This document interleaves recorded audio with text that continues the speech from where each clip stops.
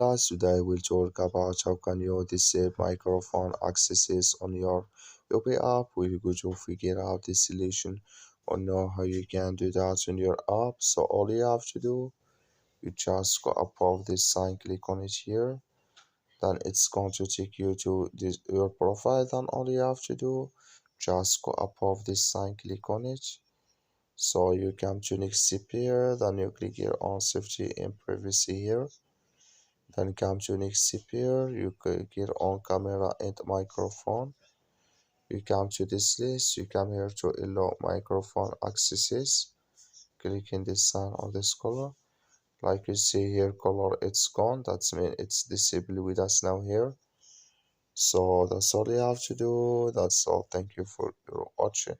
So when you click on it here to disable it, you come here to this list here. You click on permissions here.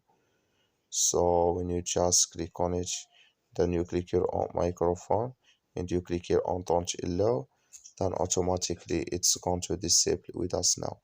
So that's all you have to do. That's all. Thank you for watching. Don't forget to support us by liking and subscribe.